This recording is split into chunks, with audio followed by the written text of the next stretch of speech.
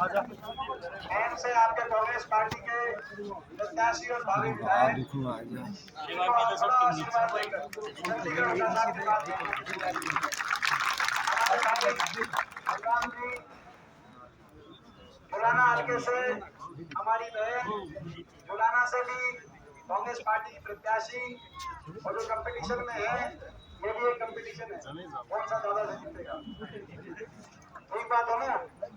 और ये जैसे होता ना भाई कंपटीशन में आपके यहाँ दिनेश कि भाई न्यूट्रल वैल्यू ये लाखन माजरा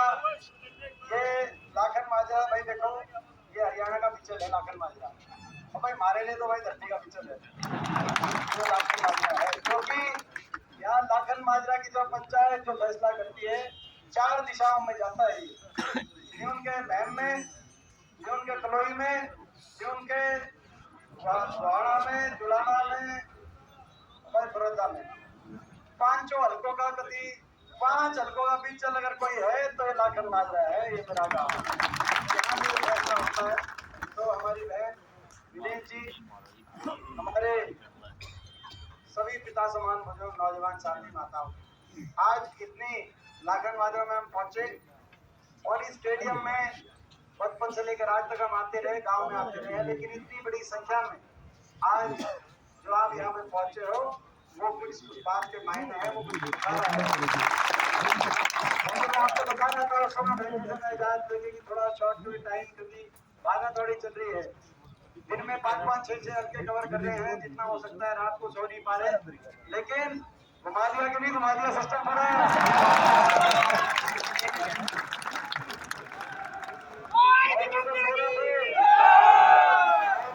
बता रहे थे कि 10 दिन लगे, 10 दिन मेहनत करो, मैं बधाई देता हूँ। 10 दिन के बाद चंडीगढ़ चलने की तैयारी करो।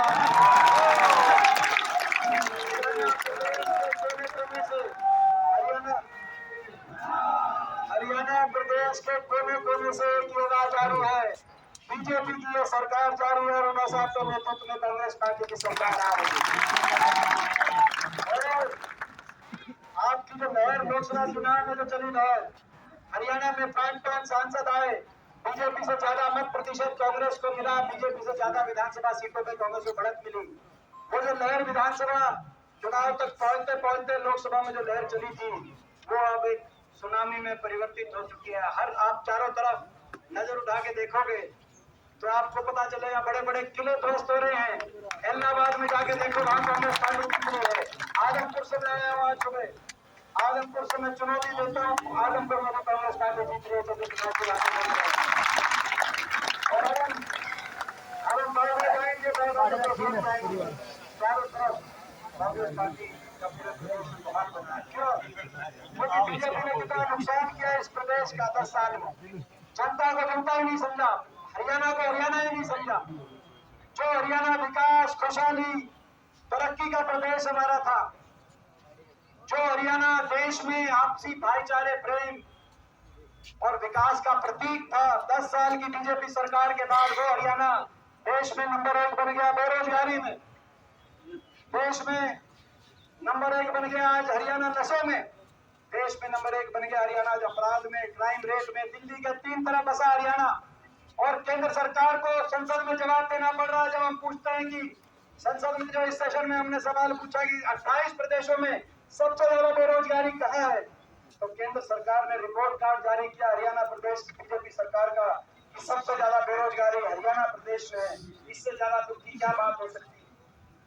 हर आदमी को नजरअंदाज करने वाली है बीजेपी की 10 साल की सरकार, गरीबों की सारी स्कीम्स को बंद करने वाली है सरकार, बाबा साहब भीमराव अम्बेडकर जी के संविधान को हरियाणा में संविधान की हत्या करने वाली है सरकार, 750 किसानों की जान की कुर्बानी देने वाली सरकार। अगर इतिहास में कभी कोई आंदोलन 1 साल तक चला और 750 किसानों को जान की कुर्बानी देनी पड़ी तो इस सरकार के समय ऐसा भी समय हमने देखा। ऐसी सरकार जिसने किसी को नहीं बख्शा, छोटे छोटे बच्चों को स्कूलों के आगे धरने देने पड़े, 500 स्कूल इस सरकार के अंदर 500 धरने चले। हमारे सरपंच बड़े, जब चुनाव आपने हुआ सरपंचों को जिताया बहुत गौरव से और बड़ी आत्मविश्वास से बड़े सिंगर के चंडीगढ़ गए थे सरपंच अपनी बात मांगने और सरपंचों का चीज आपने देखा, सरपंचों पे भी लाठियां बरसाने वाली है सरकार। कर्मचारी ओल्ड पेंशन स्कीम के लिए गए थे, उन पर लाठियां बरसाने वाली है सरकार। आदमी को आदमी समझने नहीं वाली है सरकार। उलझा दिया हरियाणा के नागरिकों को, उलझा दिया आम आदमी को, उलझा दिया, कहीं पोर्टल में उलझा दिया, ऐसे ऐसे पोर्टल ले आए, कहीं आईडीओ में उलझा दिया, फैमिली आईडी में उलझा दिया, प्रॉपर्टी आईडी में उलझा दिया, उलझा दिया कि नहीं उलझा दिया नौजवान। और हरियाणा के नौजवान को उलझा दिया, हरियाणा के नौजवान को उलझा दिया कच्ची नौकरियों में। सीटी में 30 पेपर लीक हुए, कोई भर्ती नहीं हुई 5 साल तक। नौजवानों केवल मिली ये ज्वाइनिंग के लिए नौजवान, ये जो नौजवान है ज्वाइनिंग की मांग कर रहे हैं कि कांग्रेस सरकार बन गई। अभी कुछ दिन पहले तक ये बीजेपी के रैलियों में जा रहे थे, इनको भी समझ में आ गया कि हमारी सरकार आ रही है। और ये नौजवानों केवल तारीख मिली, ज्वाइनिंग नहीं मिली 5 साल से। कहा कि पहले खट्टर साहब ने कहा 60,000 नौकरी लगाएंगे, फिर खट्टर साहब बदल गए। फिर नायब सिंह जी ने कहा लोकसभा से पहले 60,000 ज्वाइनिंग करा देंगे, और लोकसभा चुनाव आ गया, बोला चुनाव, फिर बोला जी विधानसभा से पहले कर देंगे, फिर विधानसभा चुनाव आ गया। फिर अब विधानसभा चुनाव भी जब आ गया तो कहा विधानसभा के बाद बीजेपी की सरकार बनेगी। नौजवानों को 5 साल तक नौकरी नहीं मिली पक्की, कुछ ग्रुप सीओडी की तो कोई मिली नहीं। अगर कुछ क्लास 1 क्लास 2 की आई, उसमें भी हरियाणा से ज्यादा हरियाणा के बाहर के बच्चे लगे। नौजवानों को तो इस सरकार में मिला तो केवल एक काम मिला, जो सनी देओल की एक पिक्चर आई थी, सनी देओल की पिक्चर आपने देखी होगी। बचपन में हम भी देखते थे, सनी देओल हमारे सबसे फेवरेट एक्टर होते थे। सनी देओल की एक पिक्चर आई थी दामिनी, उसमें हो जाएगा इनको मिले केवल तारीख पे तारीख, तारीख पे तारीख, तारीख पे तारीख।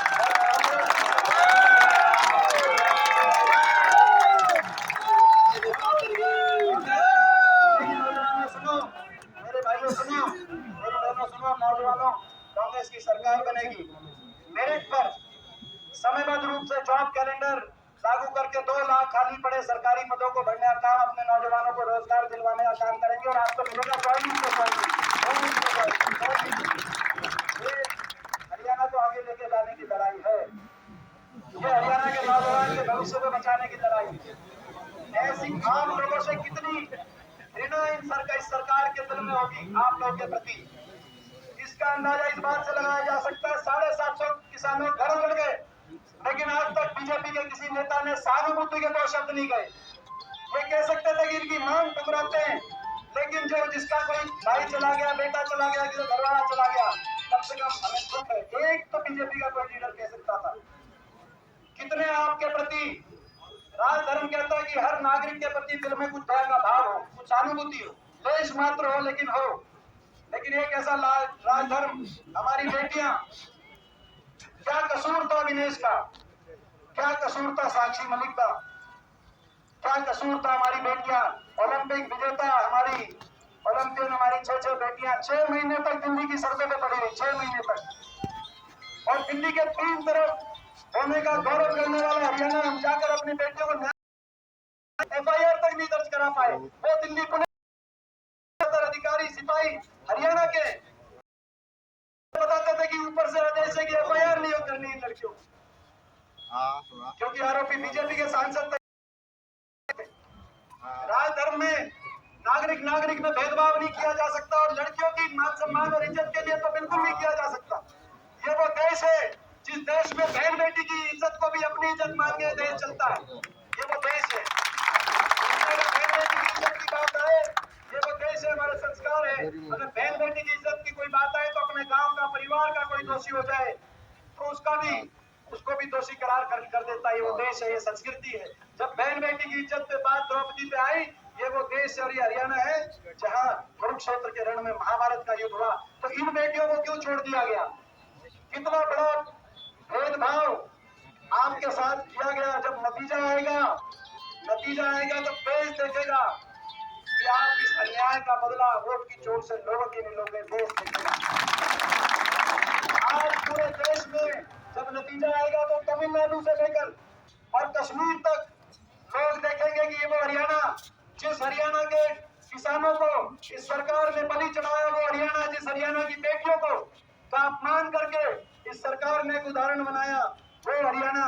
जब फैसले की घड़ी आई तो जिन्होंने उनपे अन्याय किया, अन्याय करने वालों के साथ देता है हरियाणा, या न्याय की लड़ाई लड़ने वालों का साथ देता है हरियाणा? पूरा देश देता। और आज आपके बीच में निश्चित तौर से कांग्रेस सरकार आ रही है, इसमें कोई जोड़ाई नहीं। चारों तरफ माहौल आपका है कि नहीं है? माहौल आपका।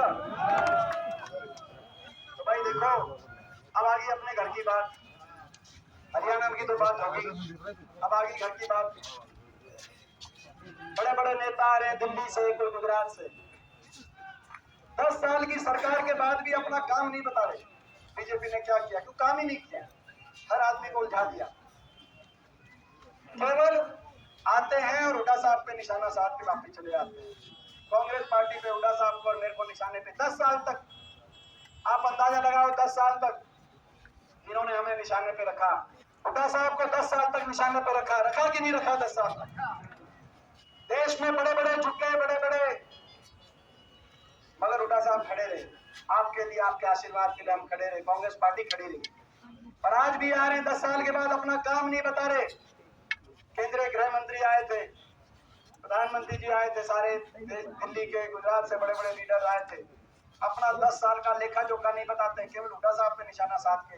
तो जब मैं आपसे पूछना चाहता हूँ, जब फैसले की घड़ी आए तो अपने घर की तरफ, पूरा देश हरियाणा की तरफ देख रहा है और ये हमारे घर की तरफ देख रहे हैं। ये जो गुजरात से जो लोग आ रहे हैं, भाई इनके आगे हमारे घर में हमारी गढ़ बनना तक हमारी जब ये रिपोर्ट आएगी सीट किसके खाते में जाएगी, जब ये बात आए तो नाम की सीट किसके खाते में जाएगी, तो डंके की चोट पे उस दिन 8 तारीख को फ्लैश होना चाहिए। उस वो फ्लैश दिल्ली और गुजरात तक पहुंचना चाहिए कि मैम की सीट भूपेंद्र हुड्डा के और भूपेंद्र सिंह हुड्डा के और भाई बलराम के पक्ष में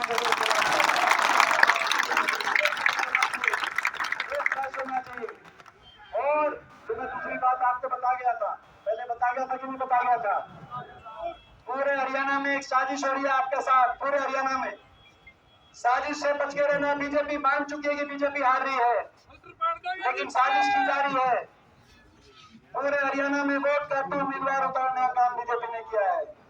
वोट काटो उम्मीदवार, समझ गए कि नहीं समझ गए? कौन वोट काटो? वोट काटो उम्मीदवार आपके बीच में आएंगे और आ चुके हैं।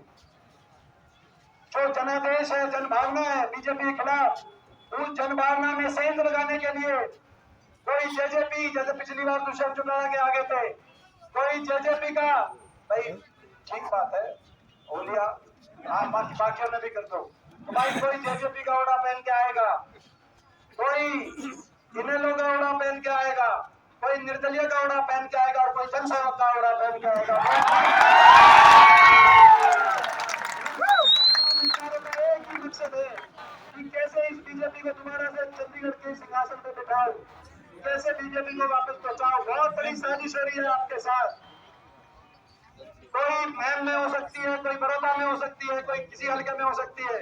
मैं पूछना चाहता हूँ, ऐसे साजिश करने वालों के साथ जो बीजेपी की बी टीम, सी टीम, बी टीम और फिसड्डी टीम, बीजेपी की बी, सी टीम और फिसड्डी टीम, तो भाई ऐसी फिसड्डी टीमों का तो साथ नहीं दोगे। एक एक वोट जो मेरे भाई बलराम को जाएगी, वही एक एक वोट भूपेंद्र को बनाएगी।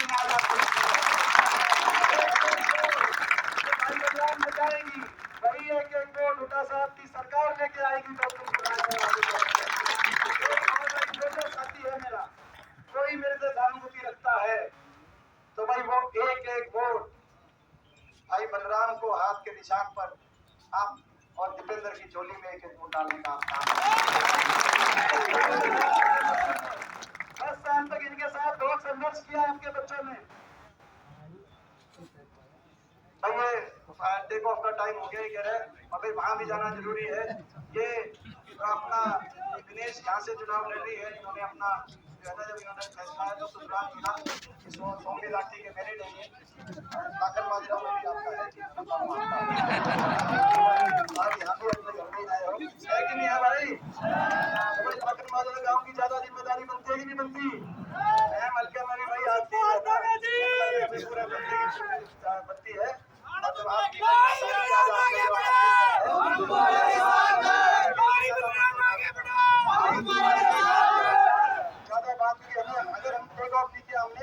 बाढ़ आ जाना हमारा मिस हो जाएगा, जो बहुत जरूरी है वहाँ भी जाना।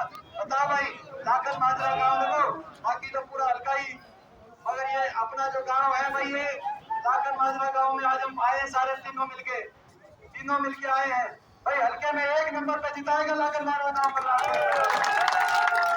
सबसे बड़ी जीत देखो भाई, लाखन माजरा वालों वोटों को बताना, हल्के की सबसे बड़ी जीत लाखन माजरा गांव की होगी, बताओ भाई। और भाई मैम में ज्यादा जिताओगे या चुनाना में ज्यादा जिताओगे?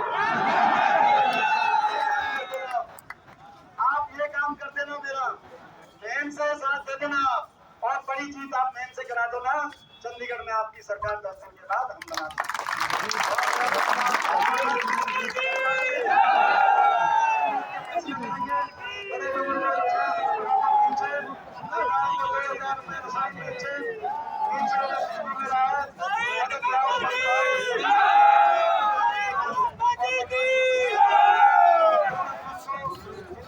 बीमारियों से 25 लाख तक इलाज सरकार की तरफ से कराने का कार्य करेंगे।